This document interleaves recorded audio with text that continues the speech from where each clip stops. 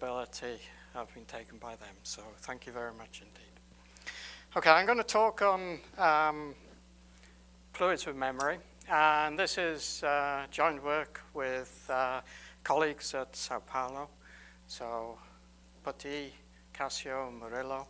And we've just got a PhD student, Irinho, who's just arrived at Bath last week. And he's settling in well. And the first thing, or one of the first things I do, is come and visit Brazil and leave him there. Okay, and I want to thank also various funding schemes for support of this work. Okay, so complex fluids, these are the fluids that possess both liquid-like behavior and solid-like behavior. So, for example, they flow in and find their own level as a definition of a liquid in a container, but they also have elastic behavior, solid-like behavior. For example, on a short time scale, they can bounce. In this video, you can see what is termed the K effect, and that's another example of an elastic response, and that's for a shampoo, where these jets come out randomly and travel very large distances. And the basic setup of these fluids is that you've got long chain molecules. And basically, the surrounding fluid exerts a drag on them and stretches those chains.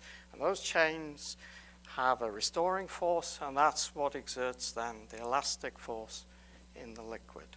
And some of them, that elastic effect can be quite striking. So a very classical one is the Weissenberg effect, where the elastic fluid can actually climb the stirring rod. And they can also pull themselves out of beakers as well.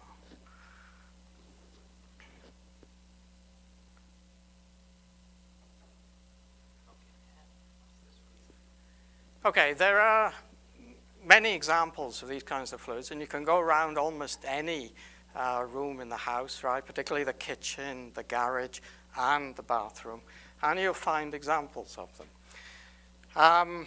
One property a lot of them have, but not all, is that they're shear thinning. So that means their viscosity reduces as the shear rate increases. Now that's very useful actually, because there's a perennial problem that we all face. And that's when we have shampoo, at the bottom of the bottles there are usually a little bit left, and the question is, how do we get that out, right? And the usual thing is you're in the shower and, well, you add water, right? But the trouble is that's a one-shot solution, right? You're going to use it that once and that's it, it's gone. But you can actually, there is a clever way of doing it, using the shear thinning behavior of the shampoo, right? And there's a technique to it, and well, I'll tell you what it is at the end of the talk, right? So you can think about it at the moment. Okay, there is a class of these fluids called Bolger Fluids, and that's David Bolger demonstrating how highly elastic they are. And the key feature of these ones is that they have constant viscosity, and so you're able to separate out the viscous effects and the elastic effects. And these are used quite a lot experimentally. So that's an example of how elastic these things are. You can actually pull them out of buckets or their containers. Okay, I was a bit optimistic in the abstract. I'll probably only get to our current work, which are flows with singularities. I did want to say something about the molecular models. So I'm going to talk mostly about the macroscopic equations for these fluids. But maybe in some of the, in the discussion sessions, then I can talk more about the molecular models and some of the open problems. Okay, so governing equations are the usual ones, right? So conservation of mass, continuity equation, conservation of momentum, and here the stress is split up into the pressure and the extra stress tool. And the thing is that from a modeling point of view then, the extra stress decomposes into a solvent part, right, tau S, and a polymeric part, tau P, which has the elastic response we need. So for the solvent stress, it's a Newtonian constitutive relation. Eta S, your solvent viscosity.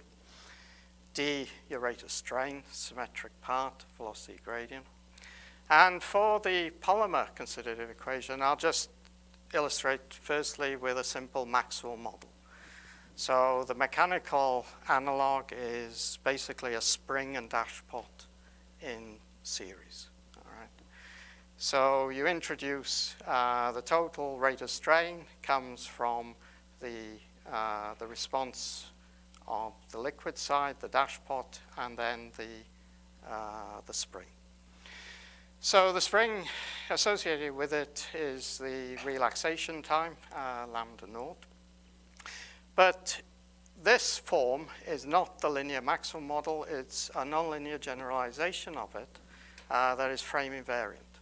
And that nonlinear generalization is not unique in the sense that this derivative, there are many choices for it. So the one that fits the experimental data the best is the upper convected derivative. And not only do you have the material derivative of the polymer stress, you've also got these terms involving the velocity gradient and the stress itself. And that's what makes that function then invariant, okay, to rotations and translations. All right, that model is termed UCM, upper convected Maxwell model, or Oldroyd B.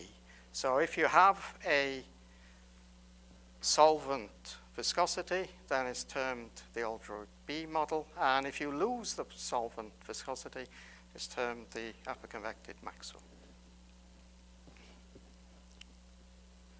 Okay, everything I'm going to say is in dimensionless variables.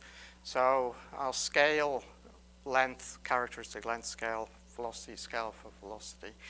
I'm on the viscous force scale, so I scale my pressure and my total extra stress with respect to the total viscosity, but each, the solvent stress and the polymer stress, with respect to their viscosities.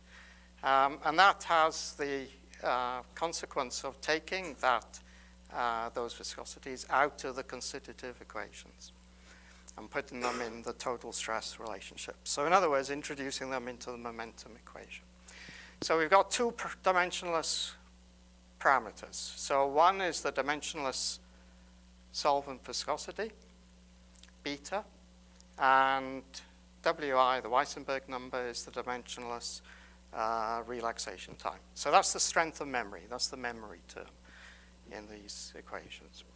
You can get back to the Newtonian case in two separate, distinct ways. So the first one is you can let beta tend to 1. So the polymer viscosity goes to 0. Or for fixed beta, you can let the Weissenberg go to 0. And you'll come back to Newtonian fluid. Okay, it's worth looking at these or understanding this constitutive equation for simple flows, right? In steady simple shear, so shear rate gamma dot, your stress components are termed the viscometric stresses, which come from these equations. And what is different here for this fluid from the Newtonian case is the presence of this additional term with the Weissenberg number in for the normal stress in the direction of shearing. The form of the equations aren't important. What is important is that in each of the stress terms, effectively what we're keeping here are terms from each of the groups in that constitutive equation. Now that has a consequence. When you go to a solid boundary, that means that if I'm looking close to that boundary, then I expect terms from each of the groups in the constitutive equation, some of them, to be pulled back, right? The other type of flow that is worth looking at is elongational flow. So you're stretching it in one direction and contracting in the other.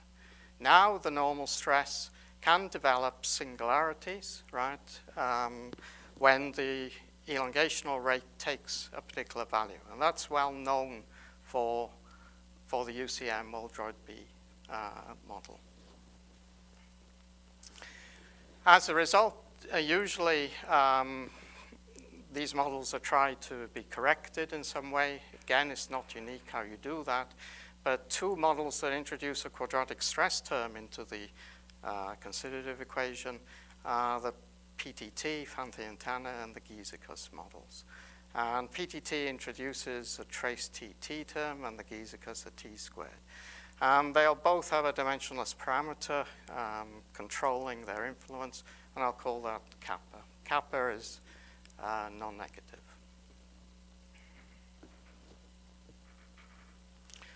Okay, formally you can take the limit Weissenberg going large. So this is large elasticity, right?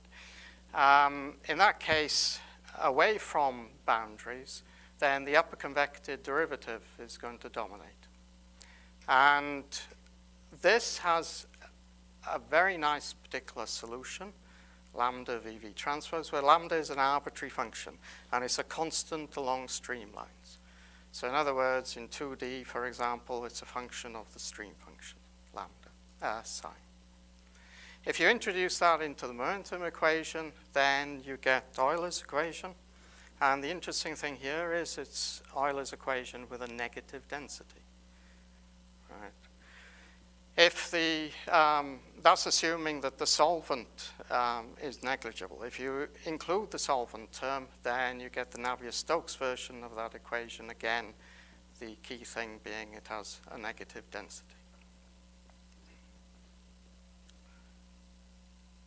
Okay, so these equations written out in component form in steady 2D case take this, give you this system.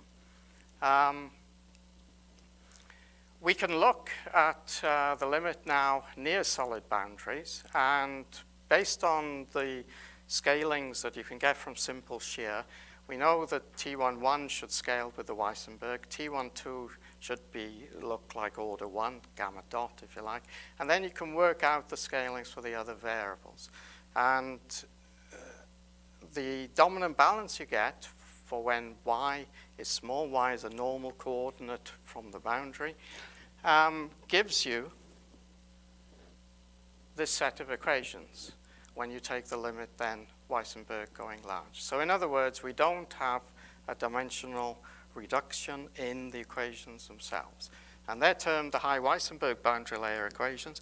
And this has consequences regarding, well, tractability and progress for boundary layer type problems. So for example, for lubrication type problems where you've got a small aspect ratio, in Navier-Stokes you can integrate the equations up, assuming the reduced Reynolds number is small. And you get the Reynolds equation if you're in a confined flow with two surfaces slider bearing situation, or if you've got a free surface, then you have the thin film equation, for example. You don't have such tractability, progress can't be made as easily for these equations, and you have to carry them around in their component form. Okay. Powerful formulation, though, of these equations is to use a different basis to span your stress field. The Cartesian stress basis is one that is with respect to fixed vectors I and j in 2D, for example. And you use the dyadic products of those to span your stress field. And though the components then are the Cartesian stresses. An alternative formulation is to use the direction of flow as one of your basis vectors, the velocity field, and a vector orthogonal to it. And if you use the dyadic products of those to span your stress field, then you introduce then new stress variables, and I'll call those the natural stress variables.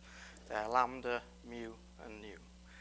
And in this form, the constitutive equations from that highly coupled system, you get down to a lot of decoupling goes on. And they take this particularly elegant form. And basically, the research that we're doing is investigating the power of this formulation, right? So I've used it very successfully to understand the behavior of these models near singularities, and now we're investigating what happens to this, how this helps us for numerical simulations.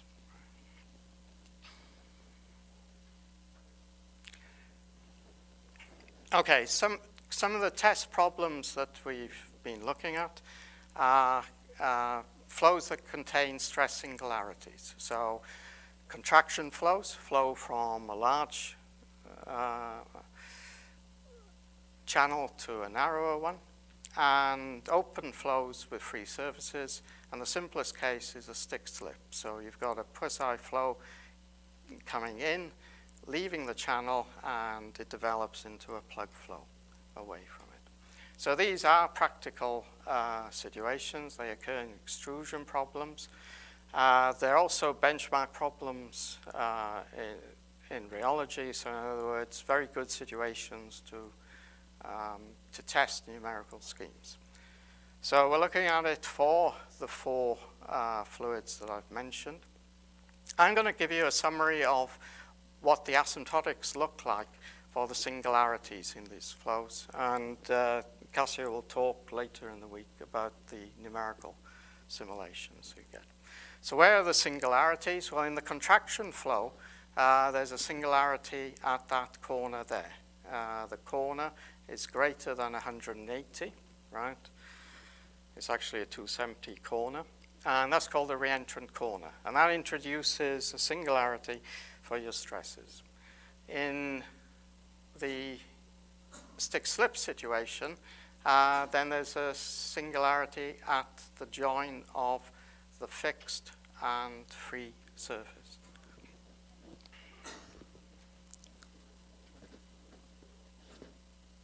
Okay, so just to summarize very briefly what happens in the Newtonian case. Newtonian case is very straightforward. So we're in the case beta 1, if you like. It's Stokes flow, inertia is negligible. And in 2D, if we take polar coordinates centered at the corner, then you can set up an eigenvalue problem to determine the stream function, the behavior of the stream function, call it psi. Just for our geometry then, the lower wall, well, the angle theta goes between, theta equals 0 and pi upon alpha, and that parameter alpha can go between 1/2 and 1. So 1 will be plain, flat case, and alpha is 1/2 is 360-degree corner. Okay, so there are separable solutions to this, and they're well known. They go back to Dean and Montagnon in the 40s and Moffat in the 60s. And your stream function then, the power lambda determined by a transcendental equation, and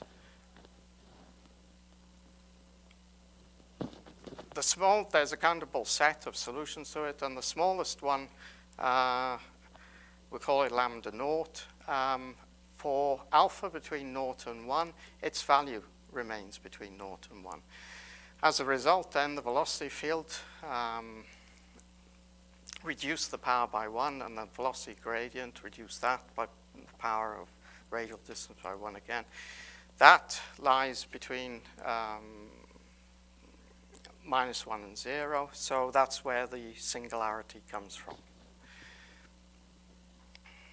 The thing to note about that is that's the first admissible eigenvalue. The singularity is integrable in that case. Though the Newtonian case, this holds uniformly with respect to theta. In the case of these polymeric fluids, it's a different situation altogether. Mathematically, far more interesting. So, away from the walls, in the polymer stress equation, the upper convective derivative of your polymer stress dominates, right? As a result, you get that stretching solution. And what you pick up from the stretching solution depends on whether the polymer stress dominates the solvent stress or whether it's the other way around, right? And there are only 3 possibilities. All right, so the polymer either dominates the solvent, or the solvent dominates the polymer, or they're comparable. Okay, the way to do the asymptotics on this thing is to work on small length scales, call them epsilon. And near the walls, you're going to pull back the terms that you neglect in the polymer stress. So that's where you're going to get really the occurrence of these high Weissenberg boundary layers that we saw, right? But now for Weissenberg order 1 flows. The boundary layer at the upstream wall generically can, in all situations, can be solved as initial value problem. So you pose your viscometric stresses, and then you shoot off up to the top of the boundary layer, and in order to get the information that's then going to be transmitted around through the stretching solution and delivered to the downstream wall. The solution of that downstream boundary layer is basically where I entered the evolution of the analysis of this problem, and it caused a lot of difficulty for the UCM and Oldroyd B equations for many years. There are exponentially small terms lurking down here, and as a result, this boundary layer can't be solved as an initial value problem. It's got to be solved as a 2-point boundary value problem. So just to give you a summary of the results. So for Oldroyd B, the polymer stress dominates the solvent stress in the core, all right, away from the boundaries. You can work out, so you get the stretching solution. You can use the Euler equations and potential flow solutions of them to construct the velocity field and also the stress field. And you can work out the behavior of the stresses, both the polymer and the solvent. The boundary layers then pull back the viscometric behavior that you're looking for at the wall. The limit, you can take the limit beta going to 0, so you end up as with the UCM model. That's straightforward. The limit beta tending to 1, the Newtonian limit, then you get, it's singular because you're changing the singularity in the polymer stress equation. For PTT and Giesecke, things switch around, and this is why these models are easier to deal with. Now, in the outer region, or the core, away from the boundaries, you've got the solvent stress dominating the polymer stress. As a result, the velocity field is Newtonian. You still get a stretching solution for the polymer stress, but its singularity, if you work out the values of these, depend on that Newtonian eigenvalue, and they're far smaller than the solvent stress. There are commensurate boundary layers, and you get the equivalent high Weissenberg boundary layer equations, but now for the PTT and Giesecke models, the details are slightly different from UCM and Oldroyd B. And these boundary layers are thicker than what you get in the Oldroyd B case. Okay, so that's with a solvent viscosity. We can look, and we should consider the limit of no solvent viscosity, right? Beta going to 0. And then things get very difficult. So this is a parameter plot, right? Kappa, the parameter controlling the quadratic stress terms, right, against beta. So when kappa is 0, we're in the Oldroyd B UCM regime, right? And when beta is 1, we're in the Newtonian regime. So the solution I've discussed is basically in this region, right? So when kappa is positive, you got PTT, and when we put it to 0, we get Oldroyd B. And we'll be doing this for beta non-zero. This diagram is generally well understood, particularly the limits going to the Newtonian limit. What isn't well understood is the limit as beta goes to 0. So when we lose the solvent viscosity, right?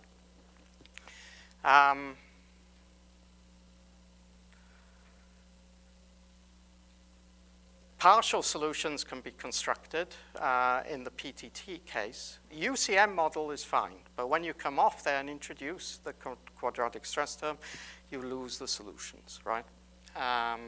You can get them for, I can construct them for 180 to 270, but then at 270, for various technical reasons, you lose the construction, okay? And this is an outstanding problem. Similarly for Giesecke's, the situation is slightly worse for Giesecke's. You can't construct a solution at all in that case for any of the corner angles.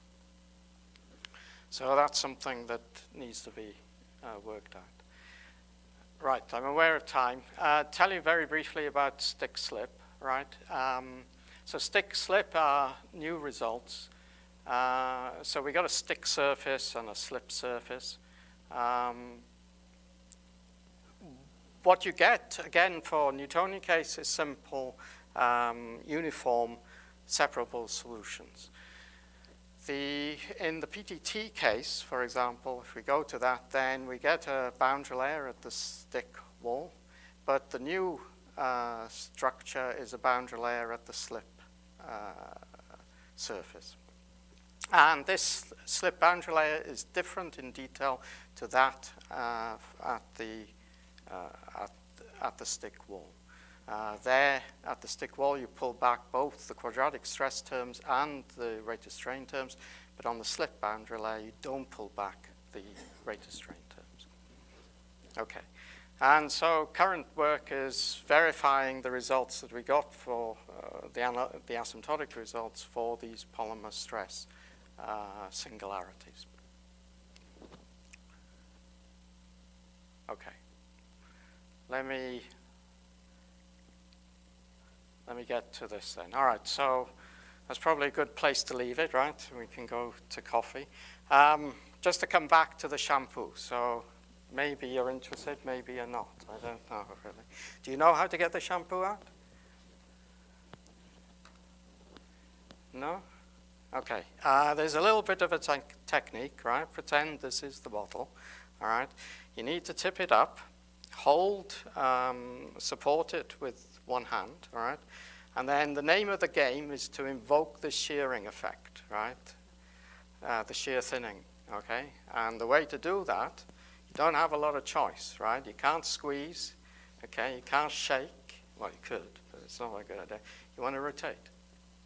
And if you start rotating it, it will get it moving, and the thing will then suddenly just drop.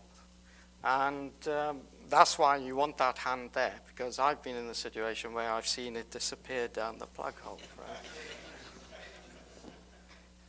So, and this is a reference, one of the students. So they're generally, everyone's skeptical about this, right? But as she said, I mean, she couldn't believe that it actually worked for her. So, all right, so that's a very good place to leave it, really. So, thank you.